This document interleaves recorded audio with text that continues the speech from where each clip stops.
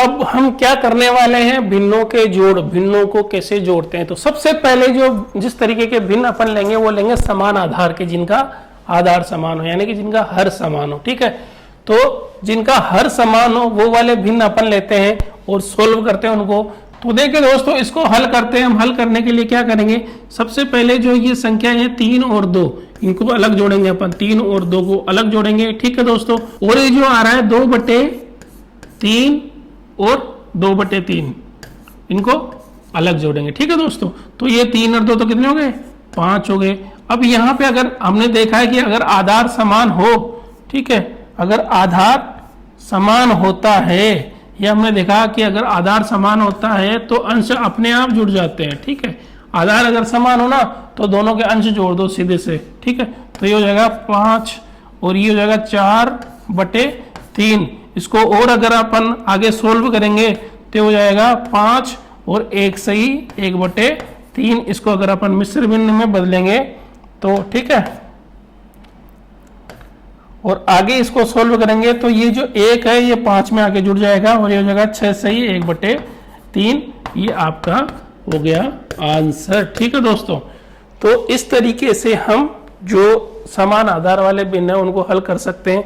आगे देखिए, उभयनिष्ठ आधार वाले, उभयनिष्ठ आधार वाले यानी कि जो इनका लस आएगा वो दोनों नीचे जो हर है ना, उन हरों में से एक का जो हर है उसका लस होगा। जैसे कि यहाँ पे देख लिए 4 और 2 है, तो इन दोनों का अगर लस निकालोगे ना आप 4 और 2 का, तो कितना आएगा,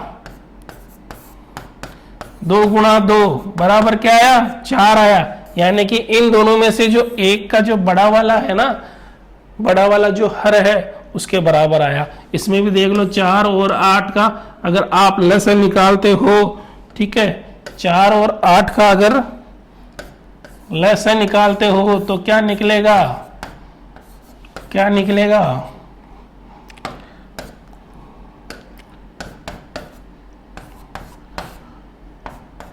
ठीक है, 2 गुणा 2 गुणा 2 यानी कि 8। ठीक है, क्या निकलेगा, 2 गुणा 2 गुणा 2 यानी कि 8, यानी कि ये बड़ा वाला, ऐसे इसमें ये बड़े वाले का हर निकलेगा। तो ये जो तरीका अपन देख रहे हैं वो किसके लिए किया जाएगा, उनके लिए किया जाएगा जिनका जो आधार है वो उभयनिष्ठ है। ठीक है, यानी कि जो बड़ा वाला आधार है उसके बराबर है और दोनों का लस है वही होता है जो बड़े वाले का आधार होता है। ठीक है दोस्तों, अब देखिए इसको कैसे सोल्व करोगे आप। इसको सोल्व करने के लिए देखिए दोस्तों, सबसे पहले क्या करोगे, वही तरीका, इसको और इसको अलग से जोड़ देंगे, 3 और 6 को अलग से जोड़ दिया। अब यहाँ पे 4 और 2, ठीक है, 4 और 2 में से जो जिसका आधार सबसे बड़ा हो उसको यहाँ लिख दिया। अब भाग देंगे किसमें, 4 में 4 का, तो 4 में 4 का भाग एक बार जाएगा, तो 3 को उससे गुणा करेंगे, किससे, जितनी बार 4 में 4 का भाग गया।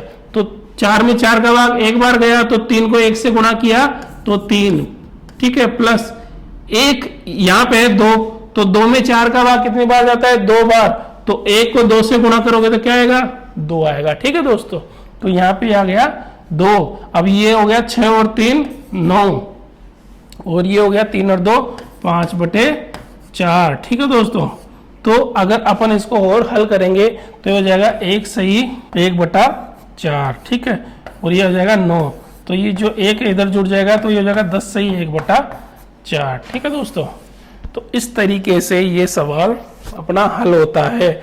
आगे देखिए, ऐसे कैसे ही इस सवाल को लेते हैं अपन, तो ये बिल्कुल सीधा का सीधा सवाल है दोस्तों, इसके अंदर कोई मिश्र भिन्न नहीं है।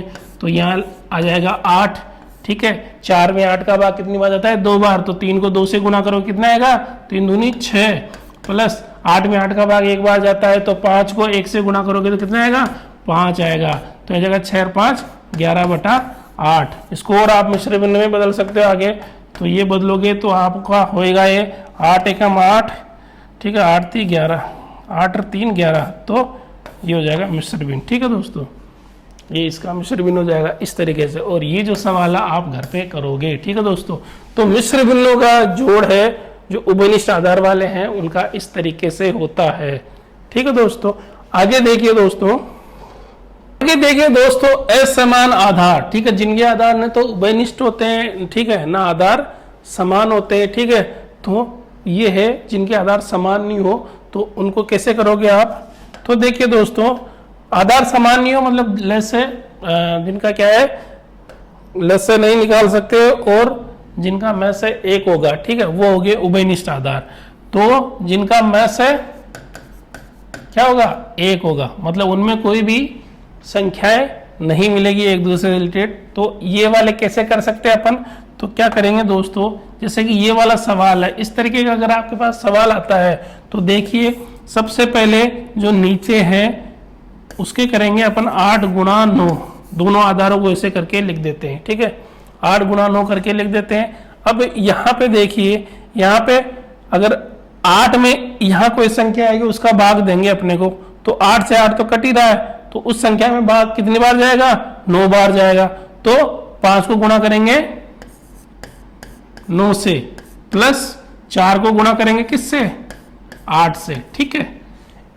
5 को गुणा करेंगे 9 से और 4 को गुणा करेंगे 8 से, और दोनों को आपस में गुणा कर देंगे। क्या तरीका हुआ ये? जैसे कि ये 5/8 लिखा अपन ने और ये 4/9 लिखा, ठीक है दोस्तों। तो सबसे पहले तो इन दोनों को गुणा कर दिया और नीचे लिख दिया 8 गुणा 9, ठीक है दोस्तों। अब क्या किया, इसको इससे गुणा किया 5 गुणा 9, प्लस का निशान लगाया बीच में जो निशान है, और फिर इसको इससे गुणा किया 4 गुणा 8, ठीक है दोस्तों। इस तरीके से ये हुआ है। सबसे पहले इन दोनों को गुणा किया, फिर इसको इससे गुणा किया, फिर इसको इससे गुणा किया, और बीच में जो निशान है वो लगा दिया। इस तरीके से हुआ है। तो अब देखिए दोस्तों, यहाँ पे प्लस है, ध्यान रखना, गुणा नहीं है, ये हो गया प्लस, ठीक है। अब 9 पंजे 45 प्लस 8 चौक 32, आ गया यहाँ पे 9 8 72, ठीक है दोस्तों। अब 45 और 32 मिला के कितने हो गए?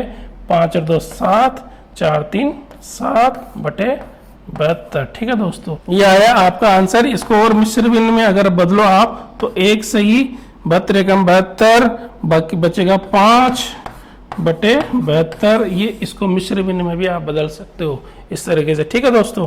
तो ये सवाल इस तरीके से आपका सोल्व हुआ। आगे देखिए,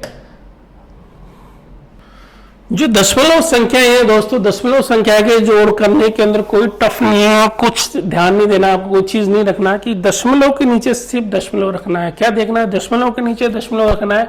जैसे कि ये संख्या है 427.645, ठीक है दोस्तों, ये संख्या है। अब इस संख्या में अपने को ये संख्या जोड़नी है। तो देखिए दशमलव कहाँ पे आ रहा है? यहाँ पे आ रहा है। तो दशमलव के नीचे क्या रखना है? दशमलव। दशमलव के बाद में क्या आ रहा है? 3 5, 3 और 5 ऐसे रखना है। और दशमलव के आगे क्या आ रहा है? 5 2, ये 5 2 ऐसे रखना है, और इसको जोड़ देना है सिंपल वे के अंदर, ठीक है दोस्तों। इसी तरीके से ये जो संख्या है रिपीटेशन में आ रही है, इसके अंदर भी क्या करना है? दशमलव के नीचे सिर्फ दशमलव रखना है। अब दशमलव के नीचे दशमलव यहाँ पे 0.5 में ये है दशमलव, ठीक है दोस्तों।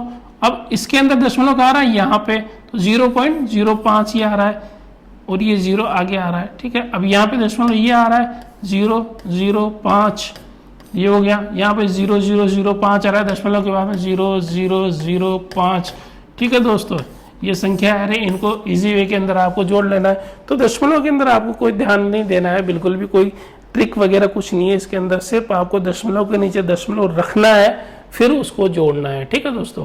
दशमलव के नीचे दशमलव रखना है, फिर उसको जोड़ना है सिंपल वे के अंदर, जैसे अपन जोड़ते हैं। ये आ गया 5 5 और 4 9, 6 और 3 9, ठीक है। दशमलव 7 और 2 9, 5 और 2 7, और ये 4, ये इसका आंसर हो गया, ठीक है दोस्तों। तो आज के लिए बस इतना ही, ठीक है। अब आगे मिलते हैं हम कल। धन्यवाद, आपका दिन शुभ हो।